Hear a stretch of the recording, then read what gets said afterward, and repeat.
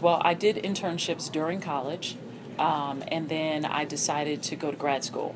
So, from college, Bennington College, as undergrad, I was a literature major. I went to Columbia University Graduate School of Journalism and majored in broadcast journalism there. Okay. And I did 1 year at Columbia. It was just a 1 year program at the time, and got my Master's of Science, MSJ, Master's of Science in Journalism.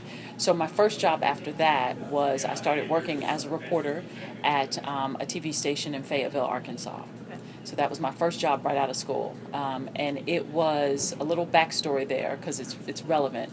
It was a TV station that was owned by the New York Times. Really? And I started off my sophomore year in college I got an internship at the New York Times my sophomore year. Oh, wow. So I stayed on at the New York Times throughout college breaks and long weekends and Christmas break, and we also had something called a field work term where we had to go out and get a job.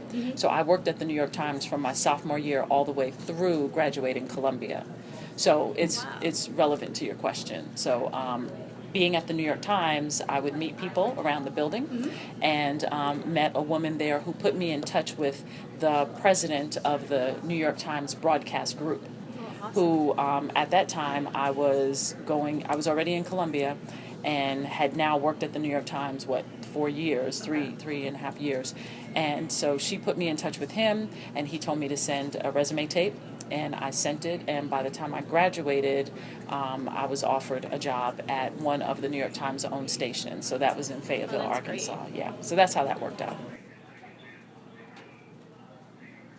Once I got my first job in Arkansas, it was just all about working and building my career. So I worked in Arkansas, which was Fayetteville and Fort Smith, one TV station, but it had two different, like Fayetteville was like a bureau. So I worked there for about 3 years. I was a reporter. I was a one-man band. I was setting up the camera. I had the lights, the microphone. I did everything. I drove myself around. Oh, yeah. So my first job was a one-man band without a photographer, and I just learned everything I could. I would have a photographer if we were live, of course, but most of the time it was doing packages and coming back and doing them in the studio, which was how we were kind of set up at the time.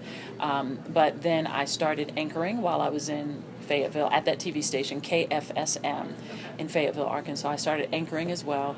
So anchoring meant I had to go down to travel to Fort Smith, which was the main studio. So I would do that on the weekends and come back to Fayetteville during the week. And so I was a reporter during the week and a weekend anchor, and just kept, doing it every single day and working. I would also go to annual conventions of NABJ, which I may have mentioned to you in email. I can't That's remember. National Black Journalists. National Association of Black Journalists. So regardless of how poor I was at the time, just starting off in my first job, I would make sure to get to the conventions every year, because that meant networking, Right. and that meant finding mentors, and I knew that also meant finding the person who would inevitably be my next boss. Okay. So I just went to those conventions every year, and that's exactly what happened. So say about 3 years after working in Arkansas, I went to one of the conventions and went to one of the workshops and met the man who would be my next boss. He pretty much hired me there at the convention. Really? We clicked. He liked my resume tape. He played it in one of his workshops, and he ended up hiring me to go to Memphis. Okay. So after a convention, I got hired and went to Memphis, which was my second job, and that was a bigger market. Fayetteville was small market, about small market, about market size 200 something. Made the jump to Memphis, which at the time was and still is considered a medium market, so it was market size 40 something. I started off there anchoring weekends as well and reporting during the week, and then eventually kind of moved up to get into the rotation to fill in for the main anchor when she was off and on Right. vacations, and just enjoyed doing that as well. And I worked in my first job, I was there 3 years. Memphis, I was there 5 years. And then from Memphis, when I was ready to go, knowing that I wanted to make a move to a bigger market, large market like Atlanta, I actually hired an agent, which is not as common now as it was then, because just the whole industry has kind of changed. But I hired an agent at the time and spent about a year or so focusing on Atlanta and trying to get here, and got hired at WSB in 1998. Oh, wow. Yeah, So and I you've been came a here while. as well, sort of anchoring the weekend noon, and filling in for the weekend evening anchor whenever she was off, and then reporting during the week. And so now I've been here 18 years in April. I think for anyone across the board, I will say, I think that it's a competitive business, and it's a small business. We're not a huge business. You know, when you look at TV stations, there's a finite number of anchors, and a lot of them, depending on the city, they stay. You know, it's their job, it's their career, and they stay there for a very long time. So there's not a lot of movement when you get into the ranks of anchors. So I think for anyone, it can be a very competitive business. And we've certainly had interns, black and white, who have not made it, you know, past their internships because they just can't find those jobs to get started. I think that black women's chances of getting into this business are just as good as anyone else's, you know, and I think what it falls back on, though, is your talent and your ability. How good are you? You know, are you competitive? Are you ready to step in when you get out of college? Are you ready to compete? And what was your college experience like? You know, are you prepared to get into this business? And I really think that is across the board. And you know, you say, I also think it depends on where you are. Like if you're in a city like Atlanta, there are plenty of women who look like you know. And I think most major cities, they're going to represent their demographics. So usually wherever you go, you should see a good representation of black women on TV. That's one reason why organizations like NABJ are so important, because they advocate for us, men and women, and not just on air, you know, to be in the newsrooms, to be those producers who are the decision makers, and to be the managers who are also the decision makers.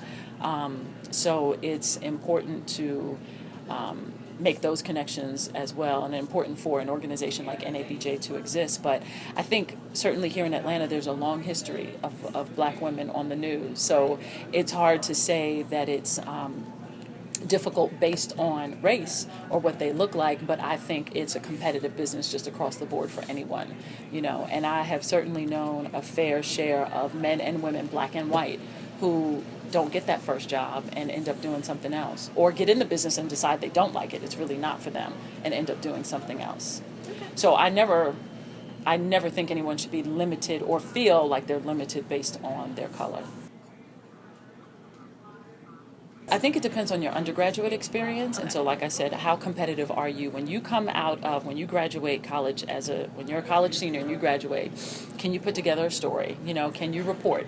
Can you edit? Can you shoot? You know, what can you do? Can you do stuff on digital? You know, can you write a web story? You know, and how good are you at finding stories?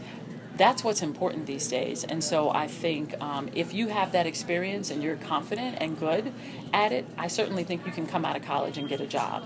But if you're like, well, maybe I'm not as competitive as someone who did this their whole undergraduate career, so maybe then grad school is an idea for you. And, you know, obviously I'm a proponent of grad school. I went, it worked for me, but I know that it's out there, and it certainly can give you that sort of practical experience if you didn't have it undergrad, and then before you actually set foot into a newsroom. I think grad school can be a great thing, but it depends on your finances also. Okay. You know, a lot of people may make the decision not to go because they don't want another student loan or more student loans, but I think you just have to be, you have to see like how ready are you once you graduate to get out. And another thing I always tell college students is that part of what you should be doing too is, while you're a student, you should be getting internships. Like here at WSB, for instance, we take anyone who's a rising junior. So after your sophomore year, pretty much you can get an internship at a TV station. And if it's what you want to do, you really should be focusing on doing that every single summer or every single break. And we have interns now who work for us. They were interns 5-10 years ago, and now they're actually employed and work here at WSB. Maybe they've worked at one or two other small markets and came back, but they started here as interns. And then we have interns who, I joke, like interns who never leave. Like they find ways to get back, and they find little part-time jobs, and they find little opportunities here. So that's also possible. But there's, you know, several TV stations in Atlanta, and I always encourage students, when you're in college, that's the time to, especially once you're done with that sophomore year, and if this is what you want to do, you need to get those internships to give you that hands-on experience so you know what's happening and how things happen in a newsroom every day. I don't know if I would call it a mistake, but I think students who wait. You know, some students say, oh, I want to take time off. Oh, I don't know what I want to do. I think you have to figure it out. And that's probably with anything. But I think definitely with this business, the longer you stay away from it, I think the harder it is for you to get a job. I mean, think about it. If we did this interview now and it's March 2016, but you decide, oh, you're not going to apply, you don't send it anywhere, you don't do anything with it. So then in 6 months from now, how fresh is your reel? You know what I mean? And so those students who have like they have great stories, great videos, great resumes coming out of college, but then they wait, I think that hurts your chances of getting a job, because then you're when someone's looking at your resume, it just doesn't look fresh, it doesn't look topical, it doesn't look new. And when we think about news, we think about immediacy, Right. and how current it is and how right now it is. So that would be, that would probably be the biggest thing. It's almost like you have to decide. You're either in or you're not. Okay. And if you want to do something else, that's fine. Mm-hmm. But then you just need to know that the longer you put it off, because then that's, in that time, how many other students have come out of college and they're now competing for that same job.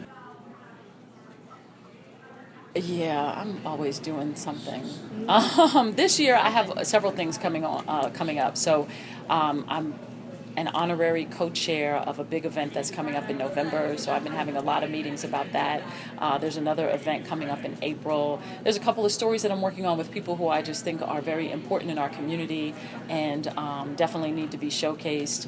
So, and then I have producers who always come to me with something. So there are several shows that WSB is working on for the year. And so we're always doing something. It's kind of hard to say specifics right now. I just did a magazine, a local magazine. The publisher interviewed me, so I'm excited about that, because that's important, and that means that our viewers get something to read about me, so that's good. So Well, yeah, I'm excited for you. Thank and you. Congratulations. Thank you. It was a pleasure talking Thank you. to you. Thank you for your And time thank as you. well, and making your way here. I made it here.